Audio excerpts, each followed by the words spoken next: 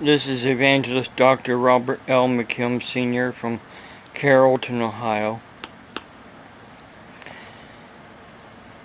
After somebody had watched my video from this morning and said it was a nice video, because I wasn't putting anybody down. You know what gets me is, they can put me down, but yet I can't defend myself.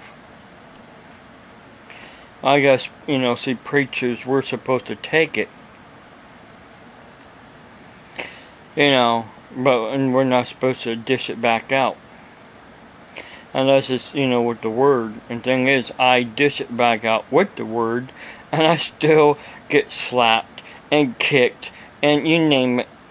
You sometimes get called everything but a white man. All because of my belief in faith. There have been so many comments on my Facebook site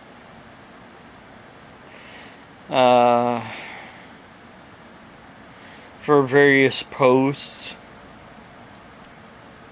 that I would make, especially if they didn't like what I had to say.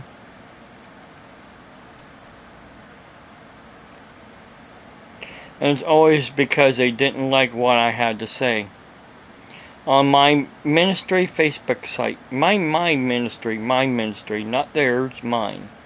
But yet they seem like they want to run my ministry and tell me what I should and shouldn't believe in, and tell me how I should and shouldn't preach, and tell me that my near-death experience I had was basically some type of a mass hallucination.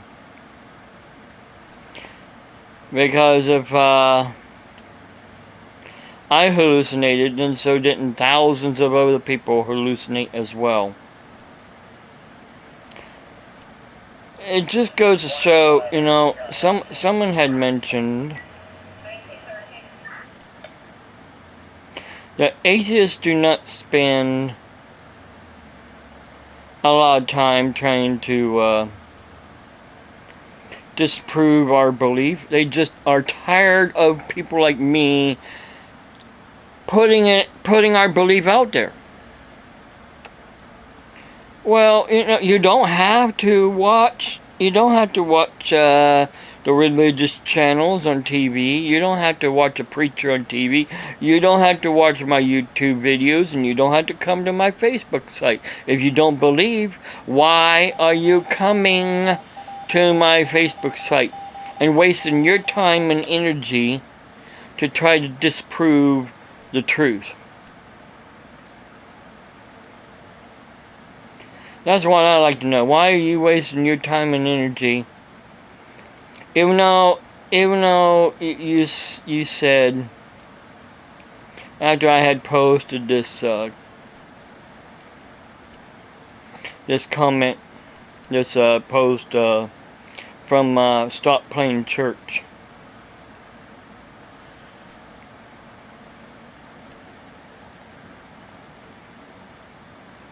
Hang on a second, I'm looking here, scrolling down through and making sure all my comments are all up here, and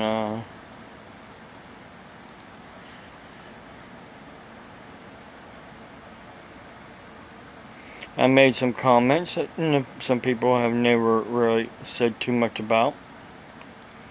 Then of course I make other comments that, it's like hit and miss. They choose what to make comments on. Like, for instance, of course there's always been comments, but this one person in general, after I made this comment here about atheists spending a lot of time and energy fighting a God they claim doesn't exist, are basically fighting against people like me who preach. But yet, you said here, atheists don't fight against God. They fight against the people who think their God should rule over all. But wait a minute, isn't that what God said? So in fact, they are spending a lot of time fighting against a God they say doesn't exist.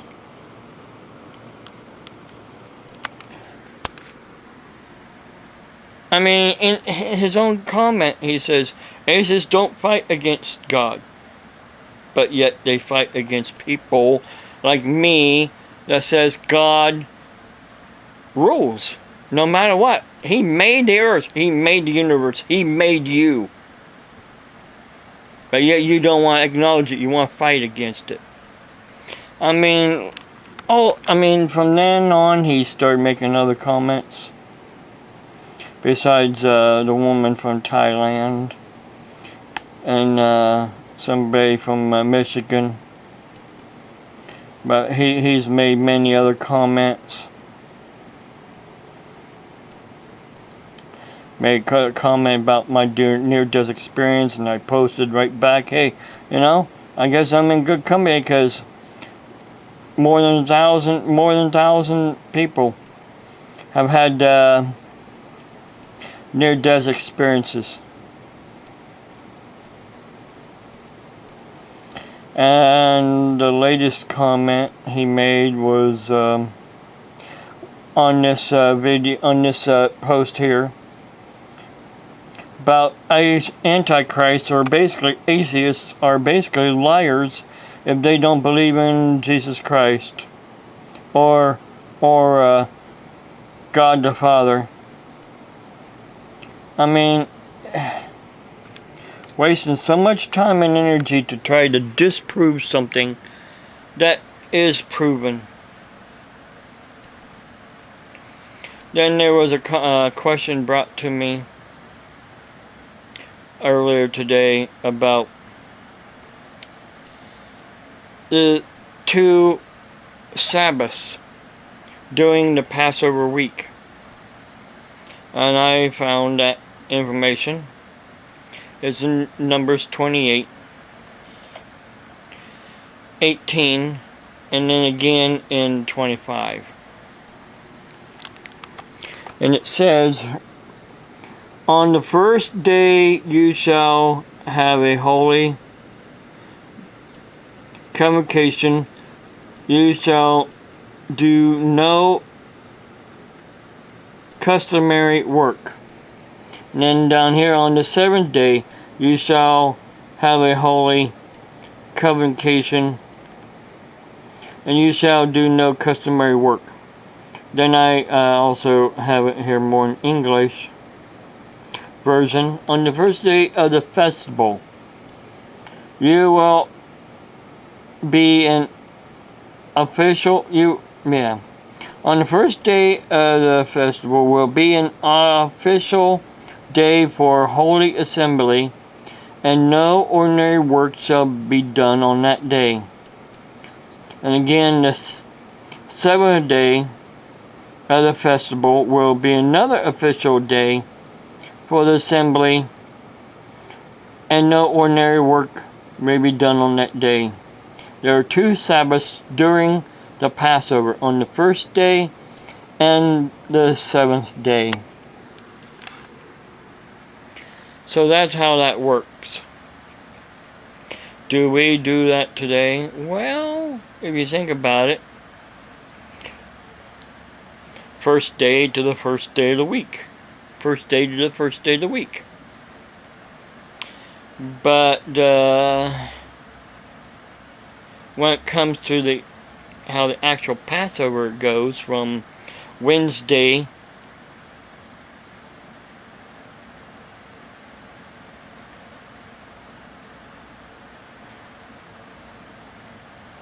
to basically Wednesday,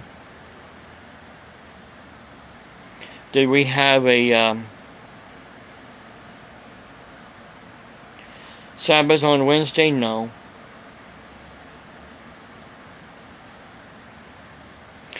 But we celebrate from Sunday to Sunday, Sunday to Sunday, Sunday to Sunday, which is 7 days, every 7th day.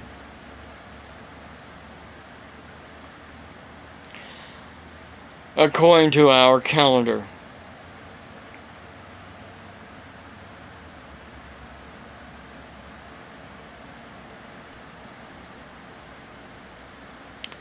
Long story short,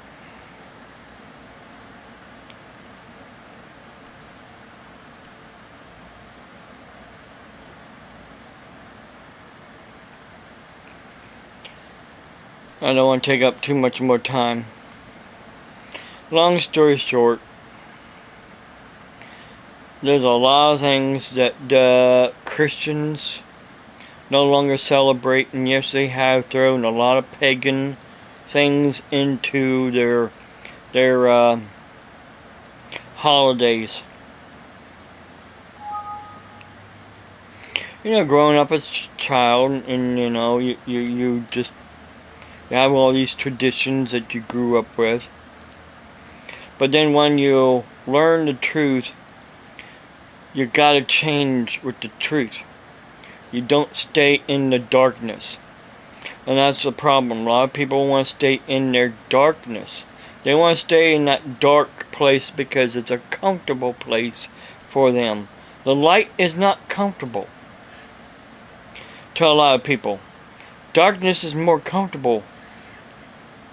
They feel more secure in their darkness instead of light, because the light reveals a lot about themselves, and it also reveals the truth that they do not like.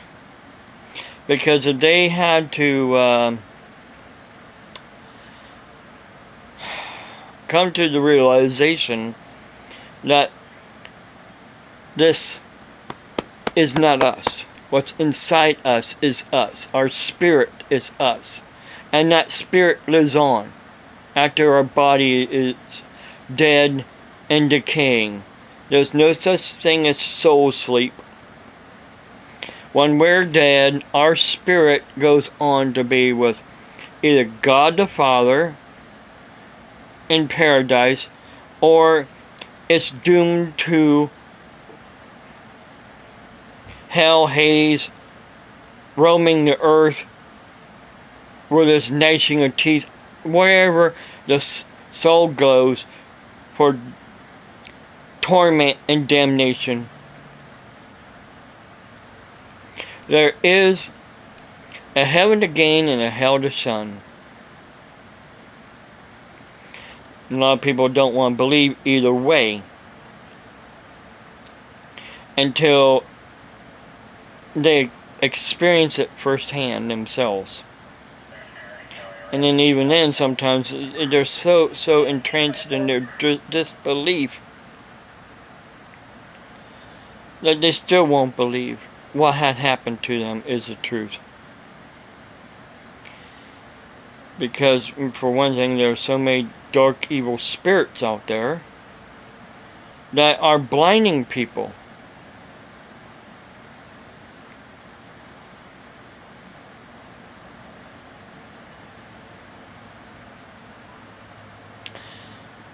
Long story short, people, it's time to wake up before it's too late. It's time to wake up before it's too late, because Jesus is about ready to return.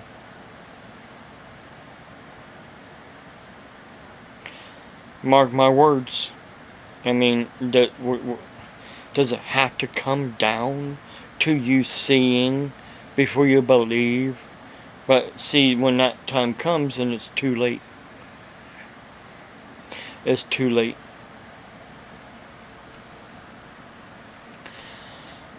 God bless you. Have a blessed day.